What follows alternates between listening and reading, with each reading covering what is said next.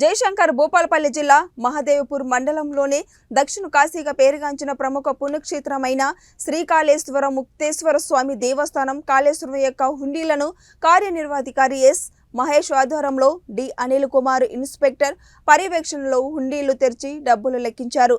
సదూర్ హుండీలో 69 రోజులకు గాను 23,58,715 రూపాయలు ఆదాయం సమకూరిందని ఆలయ అధికారులు తెలిపారు.